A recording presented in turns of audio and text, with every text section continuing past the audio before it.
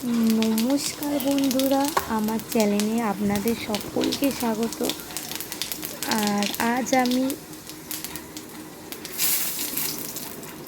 আমি নিয়ে এসেছি দুর্দান্ত স্বাদের নিরামিষ পাঁচমিশালি পুঁই শাক। প্রথমে তেল দিয়ে দিলাম, তারপরে কিছু পাঁচফোড়ন, জিরে, একটা শুকনো লঙ্কা ভেজে নিলাম। তারপর অ্যাড করলাম আমি পুঁই শাক, আগে থাকতে কেটে রেখে ধুয়ে রেখে দিয়েছিলাম আলু, কুমড়ো, পুঁই শাক।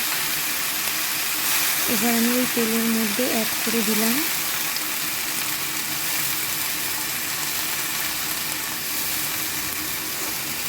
এইভাবে একবার বানিয়ে দেখুন, ছোট থেকে বড় সবাই হাত চেটে পুঁতে খাবে নিরামিষ পুঁই শাক। আজকে যেহেতু সোমবার,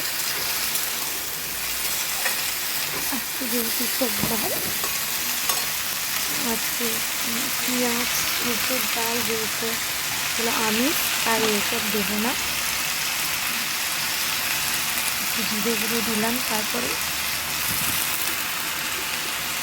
হালকা করে কষিয়ে নিয়ে একটু জিরে গুঁড়ো দিলাম, 1 চামচ নুন, তোমরা তোমাদের পরিমাণ মতন দিও। 1 চামচ হলুদ গুঁড়ো, অল্প কিছু লঙ্কা গুঁড়ো, কারণ আজকে শ্রাবণ মাসের 3য় সোমবার, তাই নিরামিষ পুঁই শাক রান্না করলাম। খেতে কিন্তু খুব ভালো হয়, দারুণ টেস্ট হয়। সামান্য একটু আদা বেটে দিয়েছি, দেব।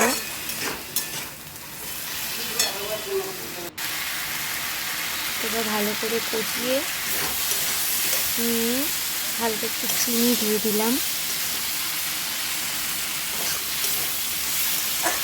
ভালো করে নেড়ে চেড়ে নিয়ে সামান্য কিছু বড়া আমি আগে থাকতে ভেজে রেখেছিলাম, বেসন বড়া নিরামিষ, শুধু লঙ্কা, হলুদ গুঁড়ো, জিরে গুঁড়ো দিয়ে ভেজে রেখেছিলাম, ওই বড়াগুলো দিয়ে দিলাম। তারপরে এদিক ওদিক করে কষিয়ে নেব। ভালো করে কষানো হয়ে গেলে সামান্য জল দিয়ে দেবো, যাতে আলু শাক সেদ্ধ হয়।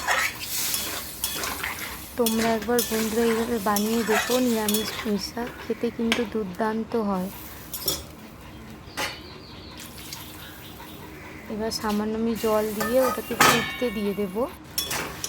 কিছুক্ষণ পর আমি জলটা ঠিক এরকম শুকিয়ে গেছে, দেখতে ঠিক পুঁই শাকটাকে এরকম লাগছে। দেখো, তোমরা দেখতে পাচ্ছ কত সুন্দর হয়েছে নিরামিষ পুঁই শাক।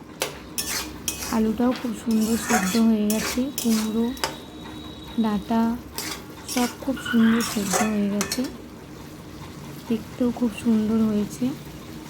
এই জলটা দিয়ে ডুবিয়ে দিলাম। দেখো তোমরা কত সুন্দর দেখতে হয়েছে, খেতেও দারুণ হবে। তোমরা বানিয়ে দেখো। কিছুক্ষণ ফোটানোর পর আরও জলটা শুকিয়ে গেছে।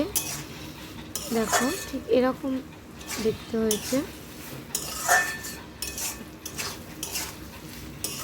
তখন এরকম হবে। ধন্যবাদ বন্ধুরা।